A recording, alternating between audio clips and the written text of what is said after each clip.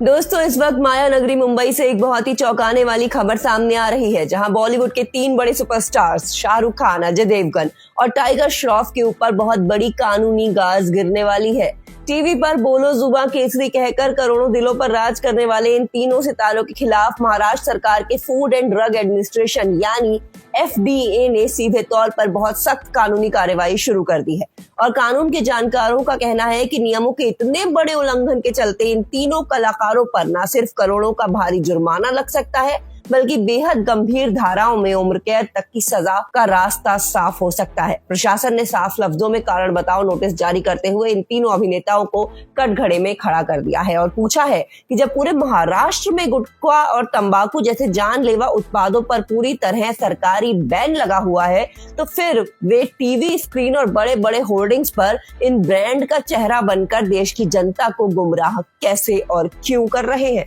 इस पूरे मामले की गंभीरता इतनी ज्यादा है कि खुद FDA कमिश्नर ने साफ शब्दों में चेतावनी दी है कि इसे कोई मामूली कागजी कानूनी कार्यवाही समझने की भूल बिल्कुल ना की जाए, क्योंकि ये सीधे तौर पर देश के करोड़ों लोगों की जिंदगी और खाद्य सुरक्षा कानून के खुलेआम उल्लंघन से जुड़ा एक बहुत ही बड़ा मामला है। और प्रशासन का सीधा आरोप है कि ये तीनों बड़े स्टार्स बहुत अच्छी तरह जानते हैं कि जिस कंपनी का वो प्रचार कर रहे हैं उसका असली कारोबार क्या है और किस तरह से इलायची के मुखौटे के पीछे प्रतिबंधित पान मसाला और तंबाकू का गंदा धंधा चलाया जा रहा है। अधिकारियों ने इन तीनों सुपरस्टार्स को अपना पक्ष रखने के लिए ठीक 15 दिनों की आखिरी मोहलत थमा दी है और तय साफ कर दिया है कि अगर तय सीमा के भीतर ठोस और कानूनी रूप से सही जवाब नहीं मिला तो बिना किसी रियायत के सीधे कोर्ट में क्रिमिनल केस दर्ज किया जाएगा और इन सितारों को अदालत के चक्कर काटने पड़ेंगे। नोटिस के अंदर FDA ने इन तीनों कलाकारों से सीधे सवाल पूछे हैं और उस पान मसाला कंपनी के साथ साइन किए गए एंडोर्समेंट एग्रीमेंट की एक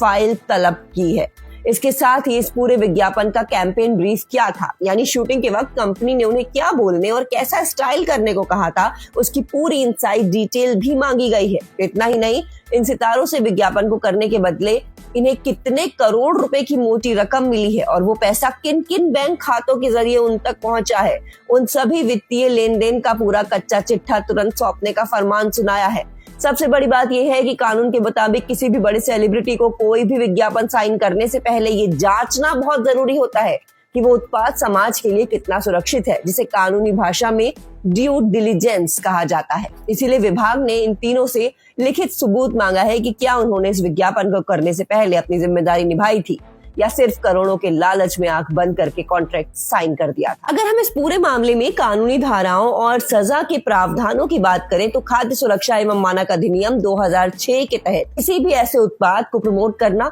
जो इंसानी जान के लिए जानलेवा साबित हो सकता है, ये बहुत ही संगीन और गैर जमानती जुर्म माना जाता है। जब कोई भी पदार्थ ऐसा होता है जिसके सेवन से लोगों के अंदर कैंसर जैसी लाइलाज बीमारियां फैलती हैं और सीधे तौर पर किसी इंसान को जान का खतरा पैदा होता है, तो उस स्थिति में कानून के अंदर बेहद खौफनाक और सख्त नियम तैयार किए गए हैं। इन्हीं धाराओं के तहत करोड़ों रुपए का भारी जुर्माना लगाने से लेकर कई सालों की जेल और कुछ बेहद खतरनाक परिस्थितियों में उम्र कैद तक की सजा के कड़े कानूनी प्रावधान मौजूद हैं, क्योंकि कानून की नजर में जहर बेचने वाले और उसका टीवी पर स्टाइल से प्रचार करने वाले दोनों ही बराबर के गुनहगार माने जाते हैं और कोई भी फिल्मी चेहरा कानून के शिकंजे से ऊपर बिल्कुल नहीं हो सकता। भारत के अंदर पिछले कई सालों से पान मसाला और गुटखा बनाने वाली तमाम कंपनियां एक बहुत ही शातिर खेल खेल रही हैं, जहां वो मुख्य तंबाकू उत्पाद पर सरकारी रोक लगने के बाद उसी नाम, उसी रंग, उसी डिब्बे और उसी लोगों के साथ केसर, इलायची और माउस फ्रेशनर का एक नया बाजार खड़ा कर देती है,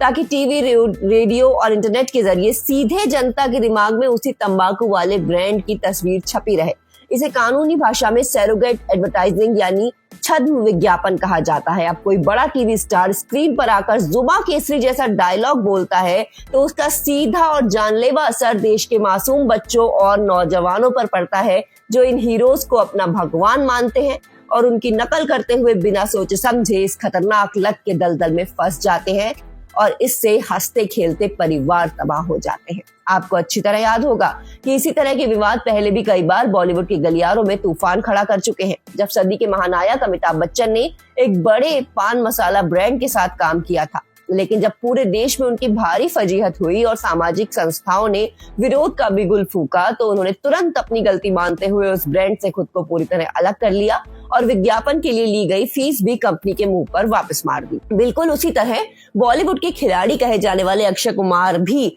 जब इस ब्रांड के साथ उन्होंने हाथ मिलाया था तो उनके फैंस ने सोशल मीडिया पर जबरदस्त गुस्सा निकाला था, जिसके बाद अक्षय कुमार ने हाथ जोड़कर अपने तमाम चाहने वालों से सार्वजनिक रूप से माफी मांगी थी और कसम खाई थी कि वो भविष्य में कभी भी ऐसे जानलेवा विज्ञापनों में नजर नहीं आएंगे। लेकिन इसके बावजूद शाहरुख खान, अजय देवगन और टाइगर श्रॉफ लगातार इस खतरनाक प्रचार का हिस्सा बने रहे, जिसकी वजह से अब कानून का शिकंजा उन पर बहुत बेरहमी से कस चुका है। आज के समय में जब देश का हर नागरिक और विशेष रूप से युवा पीढ़ी फिटनेस और सेहत को लेकर जागरूक हो रही है, तब इस प्रकार के विज्ञापनों का लगातार टीवी और सोशल मीडिया पर चमकना सीधे तौर पर समाज के भविष्य के साथ खिलवाड़ करने जैसा है। डॉक्टर और कैंसर विशेषज्ञों का साफ कहना है कि तंबाकू और पान मसाला से होने वाला मुंह का कैंसर देश में एक बहुत बड़ी महामारी का रूप ले चुका है, जिसके इलाज में गरीब और मध्यम वर्गीय परिवारों की पूरी जिंदगी की कमाई और कई बार घर तक बिक जाते हैं। ऐसे दर्दनाक माहौल में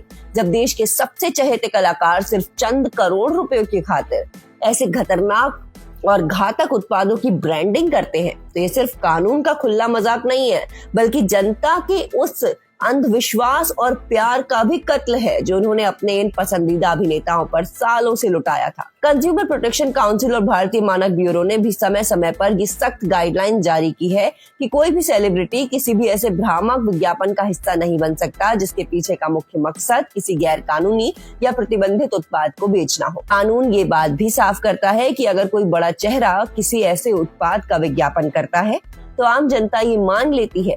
कि वो चीज पूरी तरह से सुरक्षित है, असली है, और ऐसे में इन सितारों का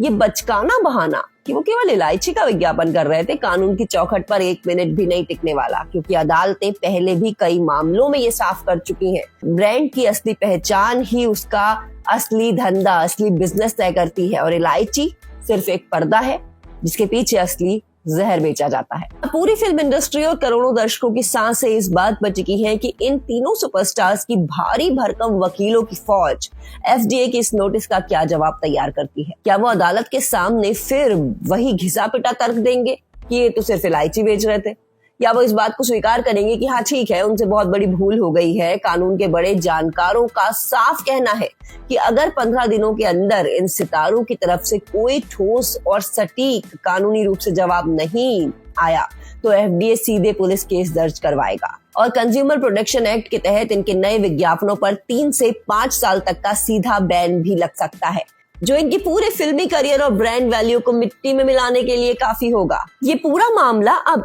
सिर्फ इन 3 बड़े कलाकारों की बदनामी तक सीमित नहीं रह गया है, बल्कि पूरे विज्ञापन जगत और सेलिब्रिटी संस्कृति के मुंह पर एक बहुत बड़ा तमाचा बनने जा रहा है। क्योंकि जब कोई इंसान करोड़ों लोगों का प्यार और दौलत हासिल करता है तो उसके ऊपर ये बहुत बड़ी सामाजिक जिम्मेदारी होती है कि वो केवल पैसों के लालच में आकर किसी ऐसी चीज को प्रमोट ना करे जो समाज के लोगों को सीधे मौत के मुंह में धकेलती हो। तो दोस्तों, शाहरुख खान, अजय देवगन और टाइगर श्रॉफ के इस पूरे कानूनी विवाद पर आपकी क्या राय है? क्या इन सुपरस्टार्स पर सच में इतनी सख्त कार्यवाही और आजीवन बैन लगना चाहिए या फिर नहीं? अपनी राय हमें नीचे कमेंट बॉक्स में लिखकर जरूर बताएं। अगर आपको हमारी वीडियो पसंद आई हो तो वीडियो को लाइक करें, साथ ही चैनल को सब्सक्राइब जरूर कर लें।